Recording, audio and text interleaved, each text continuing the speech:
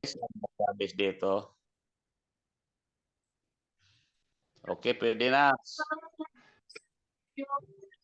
Oh, Pastor Piral.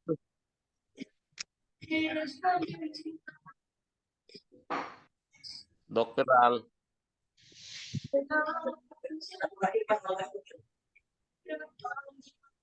Start sa school song. Prayer. O, yung school song. Alam mo, Doc Chavez o Pastor Chavez? Ikaw na bahala mag-post kasi hindi ko alam. Yung kay Doc, Doc Raja. Andun kay Sir Nard. O, si Andun kay Sir Nard. Or kay Ma'am Kalim. Kung walang school song, pwede na lang siguro magsimula kasi na-late na tayo.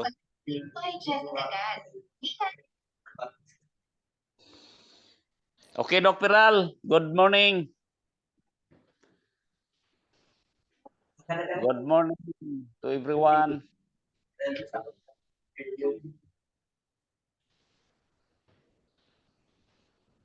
Morning po. Okay.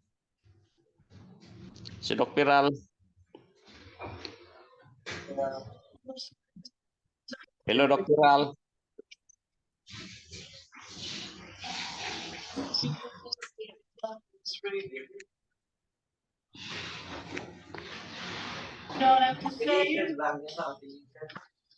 Hello.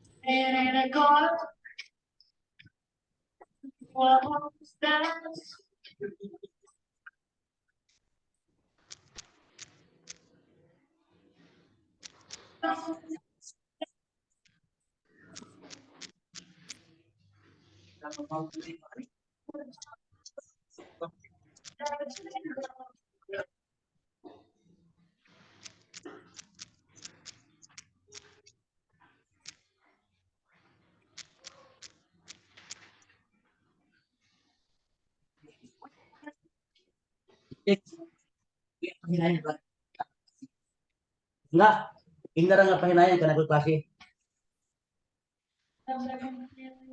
Hello. Hello, Doc. Start na Good daw. afternoon. Start. Good morning. Good morning. So, before Yeah, mag-start, may buntag. Namagugoy ka istorya nga nanawag mo ng nalangan ko. okay ra, okay ra. So, Pastor Chavez, pwede mag-offer ng prayer, opening prayer.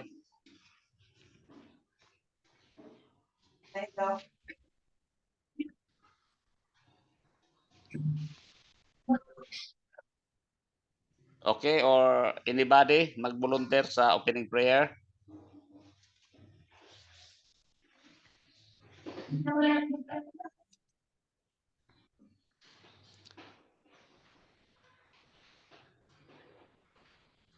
Sige po, tayo po yung manalangin. Namin Okay, Diyos na banal at makapangyarihan sa lahat. Maraming pong salamat, Panginoon. Saan yan ang kulay ito?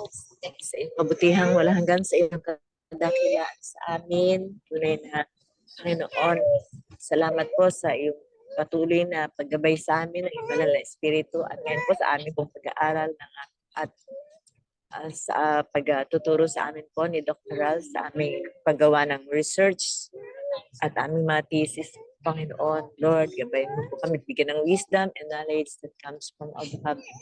At sa amin pong patuloy na pag-aaral pa ngayon, Panginoon, ko Panginoon, siyang patuloy na magbibigay pa sa amin ng more knowledge pa, Panginoon, upang sa ganun maisagawa na namin talaga ang aming pong mga thesis.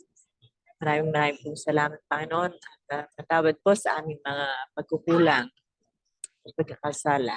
Ito po ang aming samadalangin sa pangalan ni Jesus. Amen.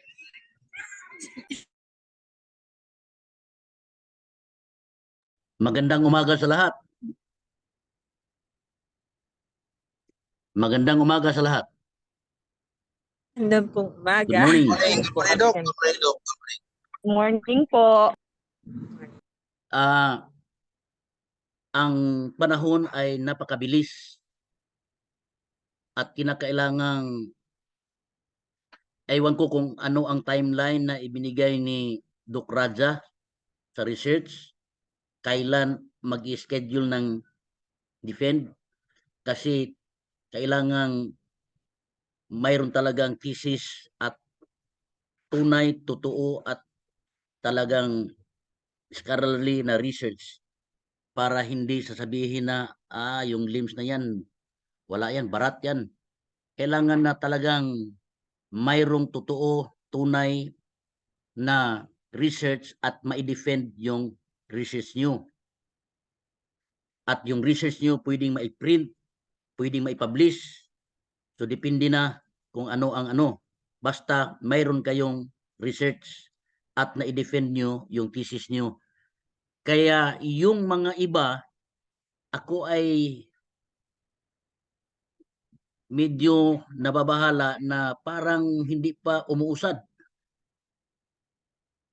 Hindi pa umuusad yung iba sa kanilang research.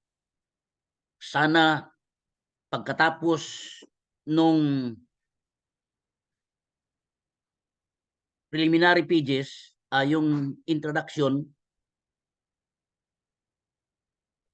magawa na yung main body of the thesis. Yung results, yung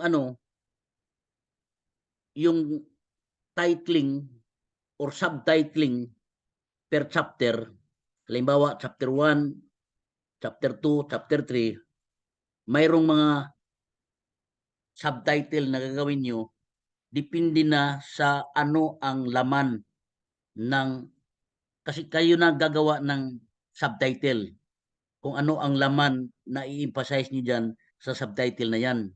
So depende sa title ng defense. Halimbawa, yung duck.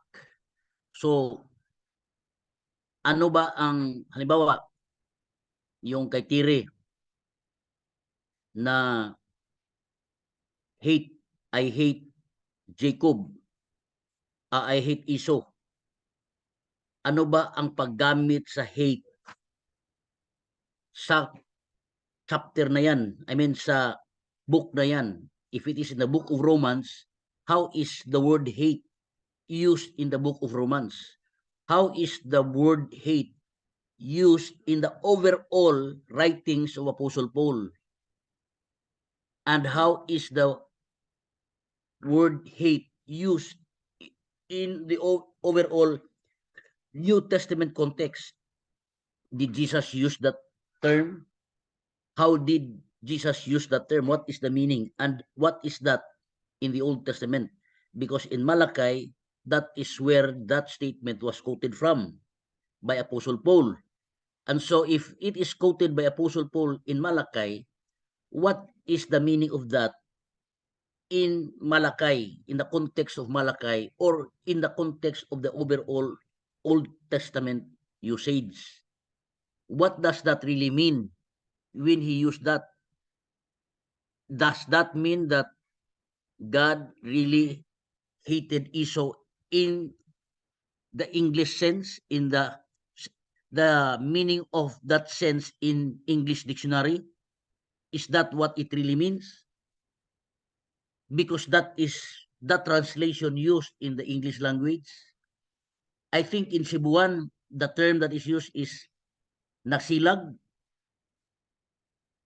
I don't know if, let me see my Cebuan Bible. That's true, Doc. Nasilag. Oh, Nasilag. nasilag. Gikasilagan ko. Nasilag. nayugot. Gikasilagan. So if that is kasilag, that really connotes a strong negative sense in the Cebuan language. If it is the right word that should be used, and that should be understood in its local language, then you might misunderstand the character of God. Is that really what God is? That is why others could not understand God. Kaya nga sabi niya, iba itong Diyos na naintindihan namin. Kaya nga ang yung Calvinism, isa ito sa mga teksto na ginagamit nila na wala tayong magagawa kung yan ang Diyos. Kasi we are just His creature. Kung creature tayo, kung kasilagan niya ng Diyos, nagustuhan lang niya ang kasilagan niya, or ano ba sa Tagalog ng kasilagan?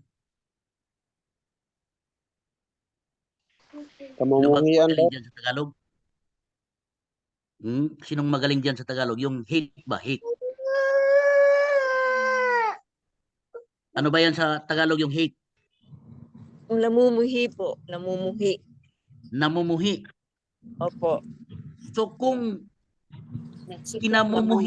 kinamumuhian ng Diyos si Esau na hindi gaano mabigat na dahilan, hindi siya namumunghi kay Jacob na sinungaling, deceiver, etc.,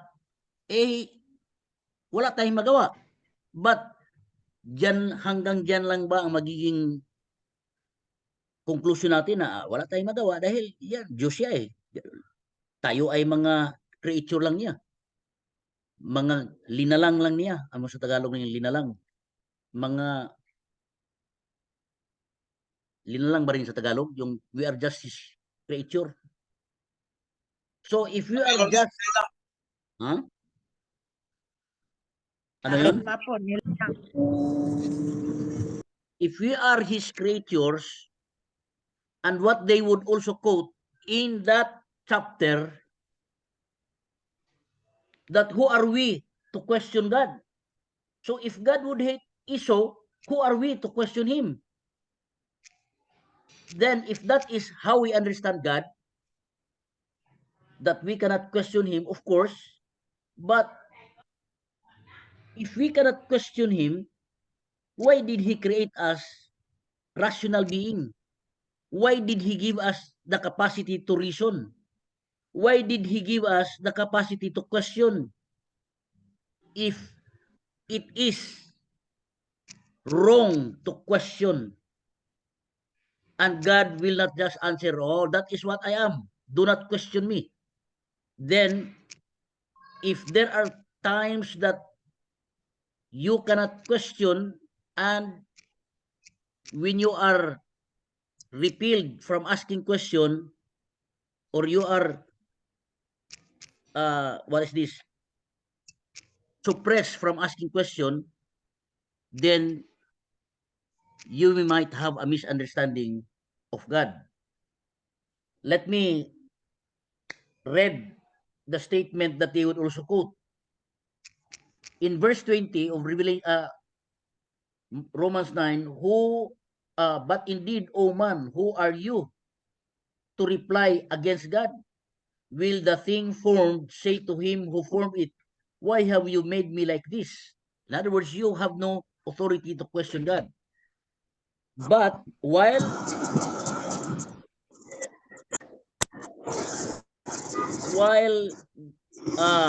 He is our creator, Dito pula. He has given us the capacity to ask questions. Inasmuch as He has created us rational beings, that means that we can ask Him for clarification. We can ask Him for understanding, because He would always ask us to seek wisdom. And if He would grant us the wisdom, then we will understand, and we will no longer be confused. If we remain confused and we remain perplexed with some matters that are of utmost importance, then we might come up with the same understanding of others. It's difficult for us to think of the kind of God we serve. For example, Job, he was fully satisfied to believe that God is the source of evil. That was acceptable to Job. When he said, God gives and God takes away, blessed be the name of the Lord. That was his understanding of his God. But should we remain in that kind of understanding? We already have the Bible. And we already know that Job was mistaken. He did not understand that Satan was behind all of those misfortune and miserable experience that he had experienced. It was not God who was the source and the author of it. It was Satan. But Job took it as it is, with open arms, accepting everything, what he thought, what happened to him, that God was the author of them all. He thought that God was the source of good things. James said every good and perfect gift comes from above. But he did not understand that the cause of his suffering, his misery, his misfortune is not God, but it was Satan.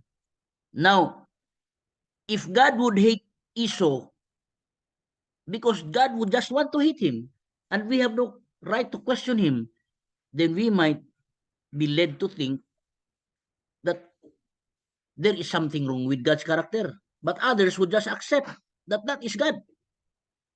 But others could not accept that that is the God that they serve, because it might contradict other revelations of his character, that he is long-suffering, he is gracious, he is good, he is fair, he is just. How can he be that if he would hate somebody without any reason? Or there is an exercise of unfairness. So that should be understood clearly. And if it's not understood clearly, we will just accept it as it is, then maybe there is no problem with us, but that might create problem with others. If Job can accept that God is the source of evil, perhaps there was no problem with Job accepting that in his mind, but that may also be a problem to others, because they are not like Job. They want clarification. They want to understand. But this Calvinistic predestination take this text as it is, that God hated Esau, then Esau has no other choice, because God predestined Esau to be destroyed for destruction. He was predestined for destruction. And who are you to question God to predestine somebody for destruction? And one of the texts that they would use is still in that same chapter 9 of Romans. Let me read. And this is their point. Verse 22. What if God, wanting to show his wrath and to make his power known, endured with much long suffering the vessels of wrath prepared for destruction? So we are his vessels. We are just a jar. We are the potter. And verse 21, does not the potter have power over the clay from the same lump to make one vessel for honor and another for dishonor? In other words, we are compared to a pot where he is our potter. If he is our potter, we are the pot. If we are created pots for honor, other pots were made for dishonor.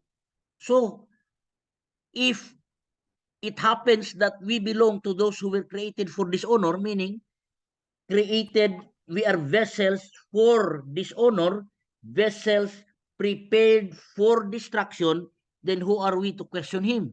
So this is their strong basis of concluding that God predestined some for salvation, others for destruction. Because it says here, there are vessels prepared for dishonor, others for honor. There are vessels prepared for destruction. Very clear in verse 22. So we are compared to vessels.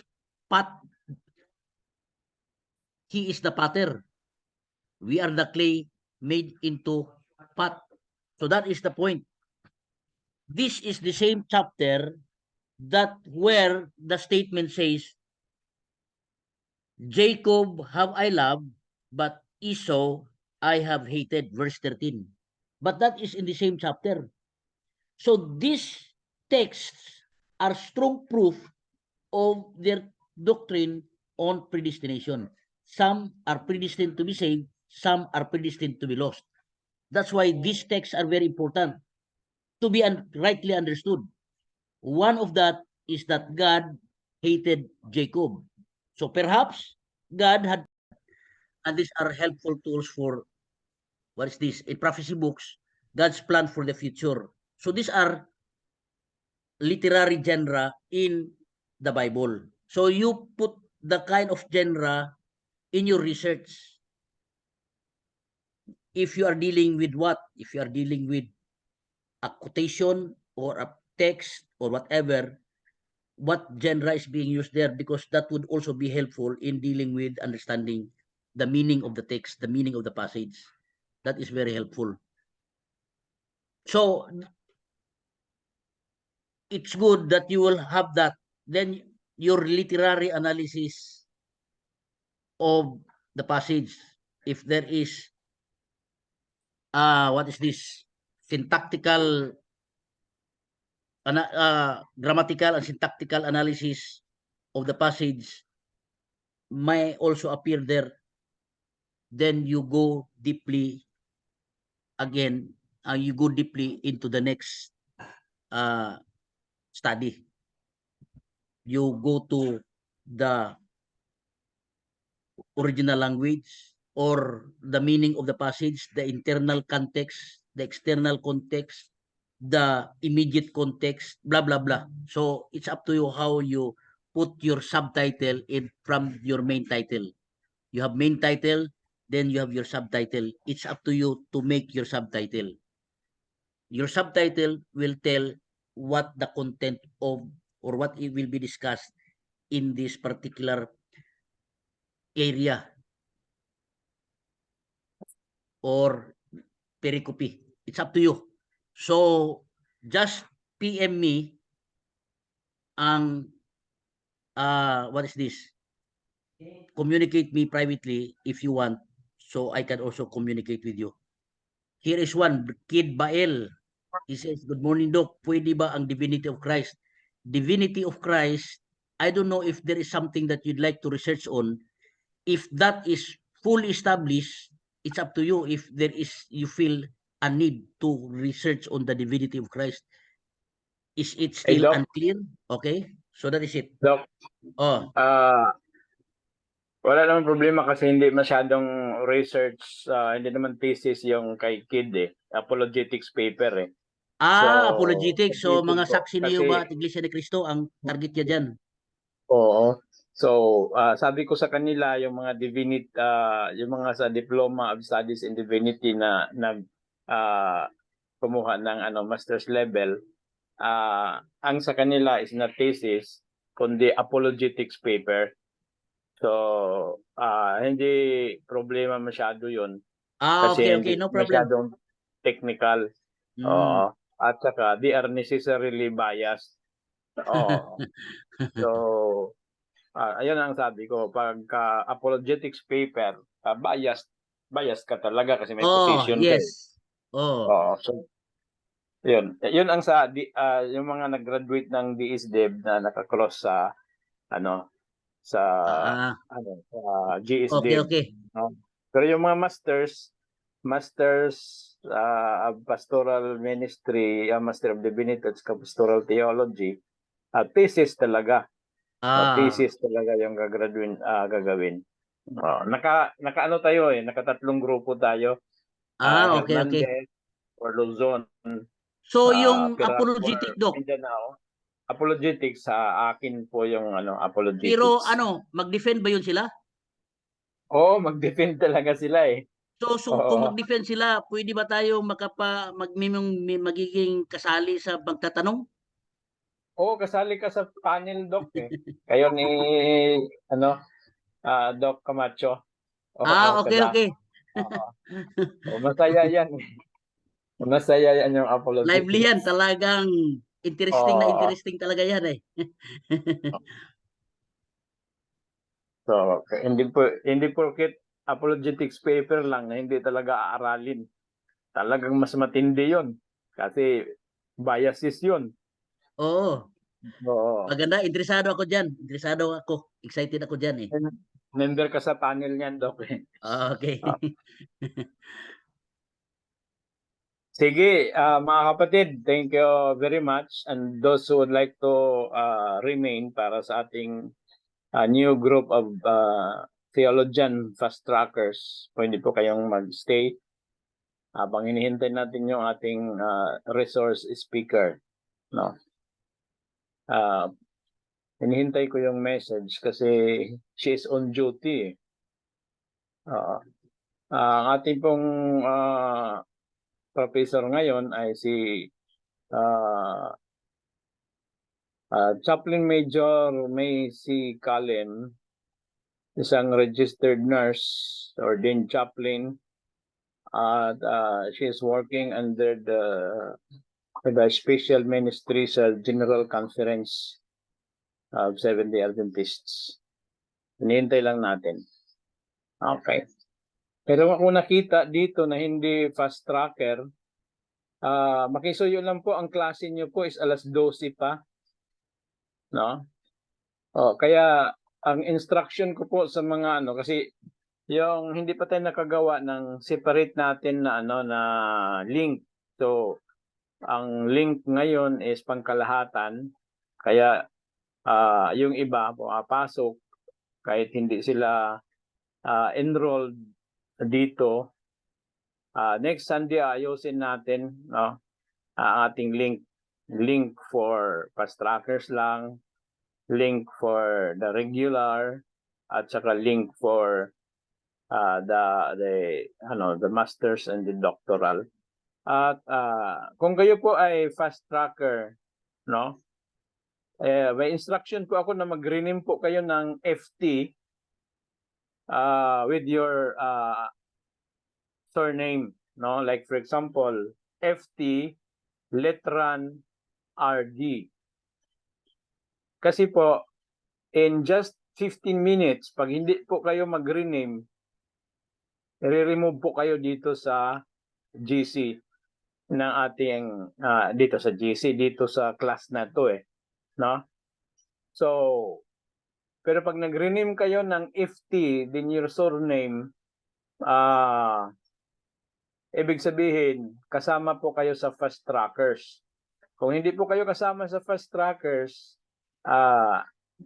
mas maganda, huwag na niyong hintayin yung i-remove kayo ng ating police, ating sergeant at arms. Mag-leave na lang po kayo. Okay? So, yun po ang ating rules, no? Dahil ang FT po ay hindi open. Para lang po ito sa mga theologians.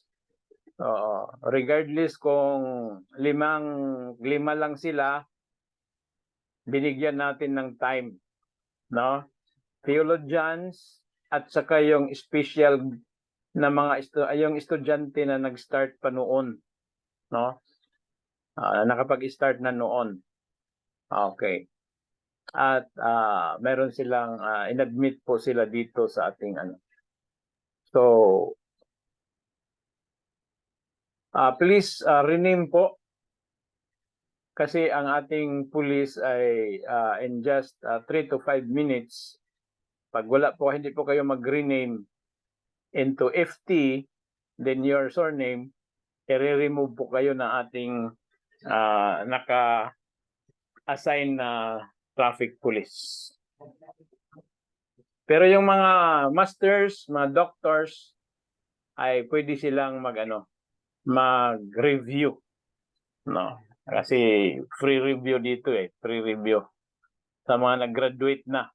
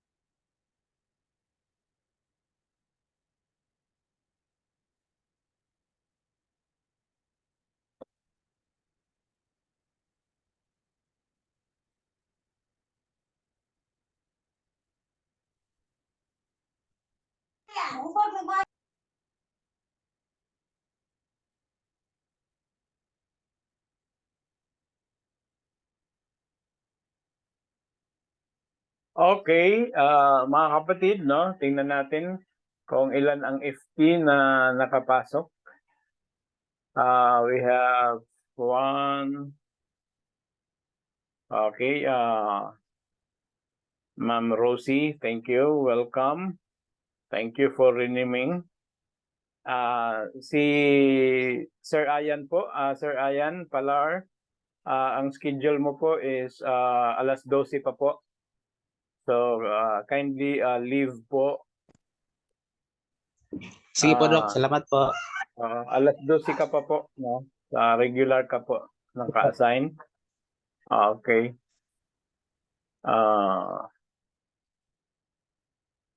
Sir Angelo. Angelo, ikaw po ba yung FT? Kung ikaw po yung FT,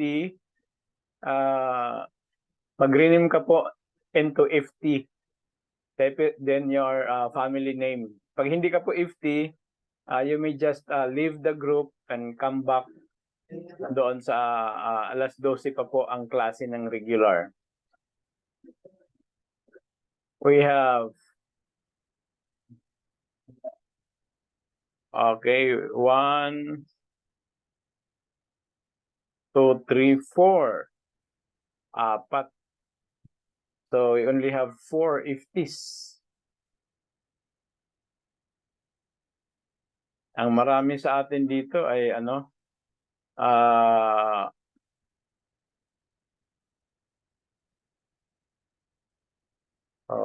si Doc Laig naging FT na no? Doc Laig, please rename po into CHP CPT. Okay. Mga kapatid, as part of our institutional role, hindi rule pala, no? ang ating gagamitin na abbreviation for chaplain is CHP, hindi po yung chap. Hindi naman po tayo chaperon eh. No? Hindi rin po tayo chap-chap. So, part of our discipline, pag pumasok kayo sa klase ng chaplaincy, you rename with your with CHP, then your rank and your level and rank. Like for example, CHP Second Lieutenant Del Rosario, CHP First Lieutenant Gaspan Leonardo. Kasi po nasa chaplaincy po tayo ngayon na environment, no? Kung ayaw niyo nung rank ninyo, ay mag-leave the group po kayo. Ayun po ang ating order. No? If you don't want to put your rank, you leave the group. Kasi po, nasa chaplaincy tayo ngayon. Okay? Then you just come back mamayang alas 3. Okay, where you can just put your ordinary name. So, if you are a professor, you still rename into your rank, no? Say for example, except for our guest professors, pero pag ikaw ay nasa hanay na ng LIMS chaplaincy, you change. Okay, thank you po, Major Ares. Okay. Si Ma'am Janice is kalimutan ko yung rank mo, Ma'am Janice eh. Captain yata si Ma'am Janice eh. Okay, ito po ngayon po ay mag-hold lang po muna tayo ng parang sort of orientation ba?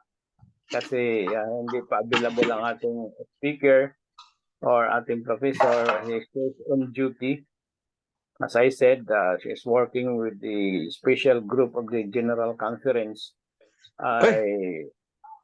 Siya po ay on duty ngayon. Siya yung lead. Gisrado na. Okay. Chaplain Raul M. Tagaraw, please rename into CHP Second Lieutenant. Okay. So, in lieu of our resource person ngayon, magbibigay po ako ng orientation with regards to the use of our paano tayo tawagin sa bawat isa, no? Ito po yung na-post ko na pero gusto kong ulitin para malinaw sa lahat. We do not recommend CHAP, CHAP, but we recommend CHP for our institution as an abbreviation for chaplain. Kasi po pag CHAP ang inilagay mo, parang hindi maganda. Chap-chap or chaperon or chaperon, no, parang ano. You better spell the whole term like chaplain, no? So, yun po ang gusto ko para smart tingnan. Hindi naman smart kasi pag chap ang nakalagay eh. No. Pero pag nakalagay natin ay CHP, this more, sabihin natin kung smart man yung CHAP, kasi yun ang gamit ng ibang mga chaplain, but we do not recommend that in our institution. So, we simply use CHP. It may be in capitals or in small letters. It's just okay as long as it is correctly spelled.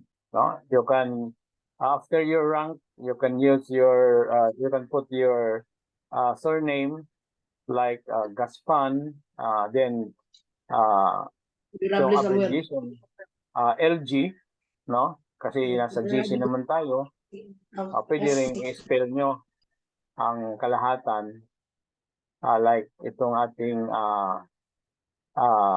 national director, we have Chaplain Lieutenant Colonel Leah B. Madrid. Pwede rin ganun. No? First name, middle initial, then apelyido. Pero kung mahaba-haba yung ano nyo, pangalan, no? Like kung ang pangalan nyo ay Ludivino, so medyo mahaba yan. Ang apelyido nyo ay di makilala, mahaba din yan. So, you can just use surname, then LM, no? Something like that. Okay. Hayaan nyo na lang ako po sa aking Doc Radja, mga kapatid, kasi yun na po ang aking brand name. Alright. So, okay. So, ang ating oras po ngayon ay ano na ba? Walang display ng oras tong ano ko eh. Okay, we'll make use of the remaining 15 minutes to remind you that our institution maintains the highest discipline, honor, and dignity. That's why we are donning ranks. Nagbibigay po tayo dito ng mga ranggo na hindi naman ginagawa ng ibang mga chaplaincy schools, except sa chaplaincy school from which our national director ay nanggagaling. Okay, yung ina-acknowledge natin ang international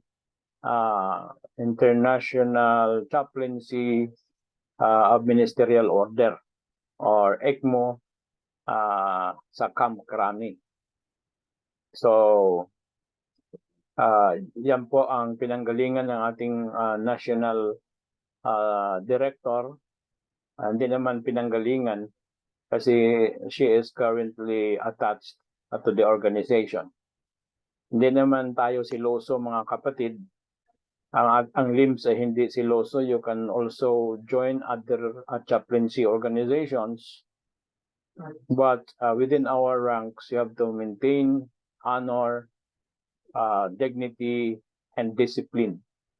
Meaning to say, pag nasa chaplaincy function po kayo, chaplaincy operations, chaplaincy classes, except for those who are just starting, you have to put your name, your rank, and your name. So, yan po ay requirement natin dito. Pag hindi po kayo marunong gumamit ng cellphone, magpaturo po sa mga anak. Kasi yung mga anak natin ay yun ang mga magagaling sa cellphone eh. No? Okay, sana maintindihan nyo, mga kapatid, then we will make a rule, no? Na yung hindi pagpasok sa ating chaplaincy school, pag hindi mag-rename, i-remove po ng ating sergeant at arms. Okay? So, you better rename. Then, sunod, mga kapatid, pag tayo po ay nasa operations at may kasama tayong mga chaplain din, you can just call him as, say for example, Chaplain Reggie. Okay. Chaplain Alan, no? Huwag po kayong gagamit ng chap, no? Kasi baka may makarinig sa iyo at hindi naman nila naintindihan yung chap. Ano kaya yung chap? No, chapiron, no? Chap. Oh. Parang napaka-informal ng chap pag yun po ang ginamit natin. Parang sa nakasanay nating bro, no? Or bro or kap. No? Kapatid pala yun, hindi pala kapitan, no? Kap. No? So, yun po yung mga jargons mga kapatid na pag may ibang nakikinig, hindi sila nakakaintindi, no? So, ang ating tawag sa ating kapwa chaplain na kapareho ng ranggo, for example, first lieutenant to first lieutenant, no? You can just call Chaplain John, Chaplain Josephine, no? Or you better Chaplain Letran, no? Pagkapareho nyo ng ranggo, na yun ang tawag natin. Or you can just say Chaplain, no? Huwag yung chap, no? Kasi hindi naman tayo dito mga chap-chap. Okay. So, yun po ang rule natin sa ating institution. So, pag nag-address po kayo sa inyong superior, you can address him or her. Like, for example, superior nyo si, immediate superior nyo si Doc Aris, no? And then you are on a chaplaincy operation. Call him Major. Major Aris, di ba? Or Major dapat. No? Pwede po yun. Ganyan po yung ating ano. So, huwag niyong tawagin na Sir Aris. No? Parang nasa school ka lang eh. Sir Aris. So, yun po yung mga common po at wala po sa insaktong okasyon, function, or operations. Okay. Pero, during the duration of the function, occasion, napaka-awkward naman din po pag palagi mo siyang tawagin Major Aris, no? Major Aris, parang kumbaga sa English pa na sobrang hindi lang redundant, sobrang redundant na, balik-balik, no?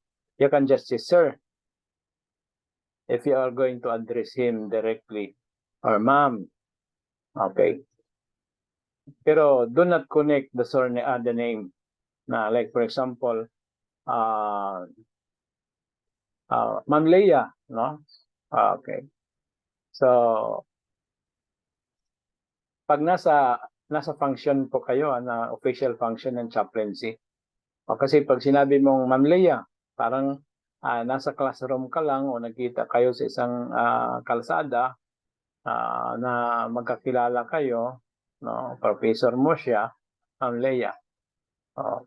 Pero kung nasa function, operation, or nasa office, you can, for the first time, Colonel Leia. No? Do not mention the level. So, Lieutenant Colonel is addressed just as Colonel. No? Colonel Leia. Ano pa yung may mga level? First Lieutenant. So, you just say, Lieutenant Libatige. Lieutenant Libatige. No? Pag nakakataas sa'yo. Pag ikaw naman ay nag-a-address sa subordinate, no? Actually, hindi masyado tayong komportable sa word na subordinate dahil ang ating orientation ay Christian. Pero wala tayong magagawa kasi we are following the military discipline. So you can just call a subordinate by his family name. Pero huwag mong tawagin siya sa first name. No? Say for example, tawagin ko si First Lieutenant Reggie Del Rosario. Hindi ko siya tatawagin Reggie. Parang nasa terminal lang tayo niyan, no? Parang nandoon lang tayo sa ordinary na okasyon. But sa tawagin ko siya Del Rosario. Okay, Del Rosario. Kasi Siman, no? Domingo. Hindi ko siya tatawagin na Osias, no? parang asawa na galit eh, no? Na ano eh, na tinatawag na yung full name eh. For example, Ronaldo, galit eh, Ronaldo. Pero pag medyo hindi galit, Ray. Oh. So, pero hindi natin yan. Basta sa function, operation, or special occasion related ang chaplaincy.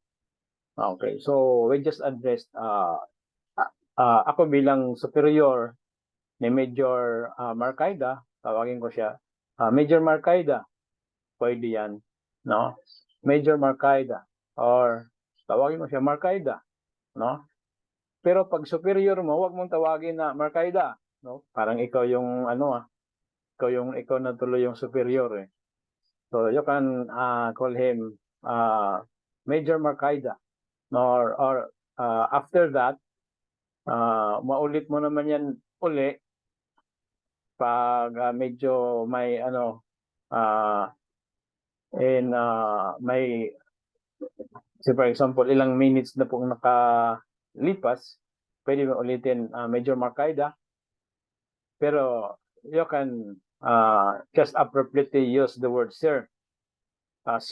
Sir, during the operations, functions, and special occasions. So yun po ang ating discipline and honor dito sa ating institution as chaplains. So yun po, no? Okay. Superior to subordinate to superior, tapos chaplain to chaplain. Then huwag niyong kalimutan mga kapatid, pag sumulat kayo ng letter, no, at ang sinusulatan niyo ay superior niyo, address the level, the category, level, and rank, no? Say for example, sumulat po kayo kay Major Marcaida, sabihin nyo, chaplain, yung ating CHP MAG, Arnel C. Marcaida. Huwag nyo nang lagyan ng ng DDIB, no? DDIB, BSDIB, etc. Hindi po yun inilalagay po doon sa pambungad po. Pero kung ikaw yung nagsulat, yung sa baba po, doon sa bandang lagda, no? Hindi ko masyadong memorize kung ano yung parts of the letter. Pero pag ikaw ang sumulat, say for example, sincerely yours, Chaplain First Lieutenant Leonardo G. Gaspan, BSDIB, OC, OC pala, OC, BSDIB, o kung may doctoral na, DPTH. So, yan po. Pero pag doon sa unahan, huwag po lagyan. Pag dito sa baba, pag ikaw ay nagpapadala, yun po ang ating protocol. Then, OC, ang abbreviation ng ordained chaplain.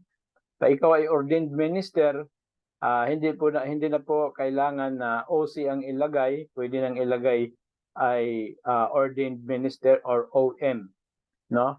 OM din, kung meron ka pang other affiliation, like for example, FSGM, idagdag mo sa sa OC, then your affiliation, FSGM, para doon sa mga kasama na sa Fellowship of the Supreme Grand Masters ng Knights of Apollos, then saka pa yung recent degree mo, DDIV, no? Or kung hindi DDIV, DSDIV. Okay. So, after sa yung doctorate, yung pinakamataas yung una, no? Yung doctorate degree at yung pinaka-latest. So, kung ang latest mo is PhD, unahin mo yung PhD. Kama, din yung medyo matagal-tagal mo ng matagal-tagal mo ng degree. So, yan po ang inilalagay natin dugtong sa pangalan. Another point is that pag nag-address po kayo, pwede nyong sabihin first CHP, First Lieutenant, CHP, First Lieutenant, Adorably, Dorothy? Ano ba yung pangalan mo, Sister Dory?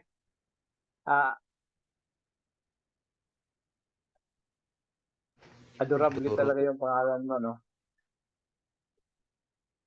P. Bernardo pala, no? Adorably P. Bernardo, no?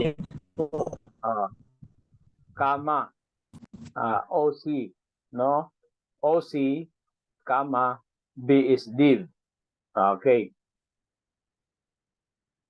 So, pag pastor, proper din po, chaplain, First Lieutenant or Second Lieutenant, pastor. Tapos, pag doktor na, unahin yung doktor. No? Say for example, chaplain, First Lieutenant, doctor, tapos pastor, Arnel, si Marcaida. Huwag niyo nang lagyan ng DDiv kasi po in-identify mo siya as doctor. Pag dinagyan mo na ng doctor sa prefix ng as prefix, yung sabihin natin yung nangunguna sa pangalan, huwag mo nang ilagay yung doctoral degree mo sa likod. Say for example, Doc Raja, kama, PhD, DPL, etc. O bakit? Yung Doc ay DUK lang naman yun eh. Yun po ay aking palayaw sa mga kasamahan, no? DUK. Okay. Pero pag in-spell mo yung doctor, no? Dr. Ray Dilitran, huwag mo nang dagdagan ng PhD, ng DLP, DLIT, etc. Bakit? Ay inilagay mo yung word na doctor sa harapan. Pero kung i-omit mo yung doctor sa harapan, after sa pangalan, kama, pwede kang magdagdag ng mga pandugtong sa pangalan. So, yan po mga kapatid. So, say for example, no, yung ating national commander, national director rather, no, CHP Lieutenant Colonel Lea B. Madrid, kama, OC, CHD, kama, MCPE, kama, RN, no? Pwede yan. Pero pag hindi na po kasya, okay na yung tatlo, no? Basta huwag mag-overflow sa second line. Kasi ang second line, para po yan sa designation. Intended po for designations yung second line. Ang first line ay yung name at saka yung mga professional titles, no, or degrees. Then yung second line para doon sa designation. Say for example, national director. So, yun po, pag sumulat po kayo, yun po ang ilalagay nyo, no? Pero pag sumulat po kayo, huwag nang ilagay yung degrees, no? Pero, example, pag kayo ang nasa signatory, ilagay nyo na yung degrees. Pero omit the word doctor, kung doctor na po kayo, no? Pero kung gusto nyo na doctor talaga, huwag nyo idugtong na yung doctorates ninyo. No? So, parang ganito na lang, no? CHP Colonel Reynaldo de Letran, mahaba yun eh, no? Kama PhD. Depende sa space. Okay. Pag kasya pa yung space, edi humaba pa yung dugtong, no? Pero yun po ang rules, mga kapatid. Pero pag inilagay ko CHP Colonel Reynaldo, Dr. Reynaldo D. Letran, hindi ko na nadagdagan ng PhD o ano pa bang mga doctorate.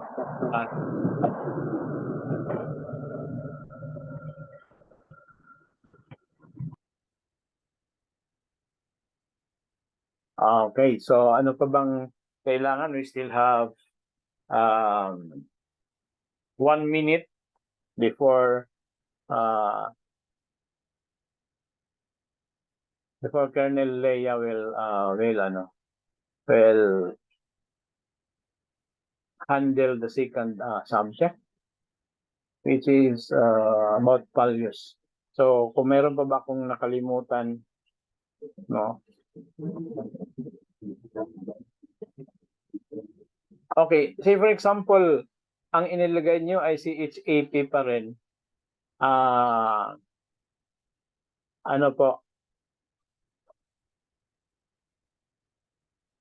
Ang ating Sergeant at Arms, dati tinatawag nating traffic police, ay ilalagay ka po muna before i-remove, ilalagay ka po muna sa waiting room para makapag-isip na ano bang kulang, ba't napunta ako dito sa purgatorio. So doon ka po muna sa purgatorio hanggang makapag-isip ka na ganito pala dahil hindi ko nalagyan ng nalagay ko chop, no? So CHP pala dapat ilagay. So doon ka po muna sa purgatorio ilalagay ng ating Sergeant at Arms. Okay, hanggang makarealize ka sa iyong sarili na ito pala yung mga violations ko. Pag palagi ka nang nakakadisturbo sa klase dahil nag-unmute ka, ay wawarningan ka po muna, please unmute. Pag palagi nang nangyayari, ilalagay ka uli doon sa purgatorio. No? Just kidding. No? So, ibig sabihin, lalaki ka muna sa waiting room ng ating Sergeant at Arms para makapag-isip-isip. No? Kasi pag bigla lang nag-unmute ka at pag once lang, okay lang. Pero pag palagi, ay ano na yan, no? Subject for purgatory confinement. Okay? So, let's have a break for 2 to 3 minutes. Siguro na-cover ko na ano pa bang hindi ko pa na-cover, no? Kung hindi ko man na-cover yon, actually, ulitin ko pa rin naman yung sa subject na CCC 200. Okay. So, para ang iba na wala dito, kasi if dito, yung iba ay wala dito, at least doon sa CC 200 ay malaman ulit nila yung ating rules as an institution. All right, no? So, let's continue with our break for 2 to 3 minutes. Then, we will give the time to sino bang kasunod dito sa check ko muna para hindi tayo magkamali.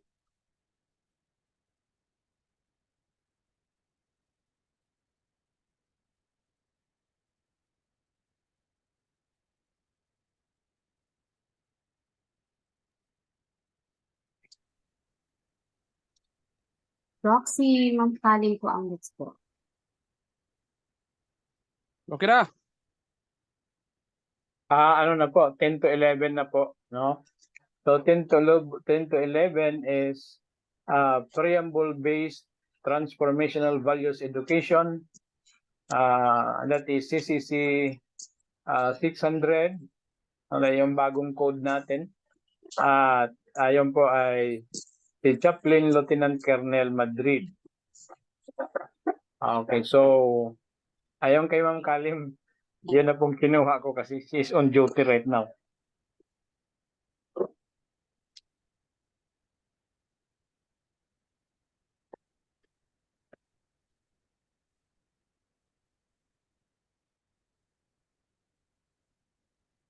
Okay, let's continue with our break.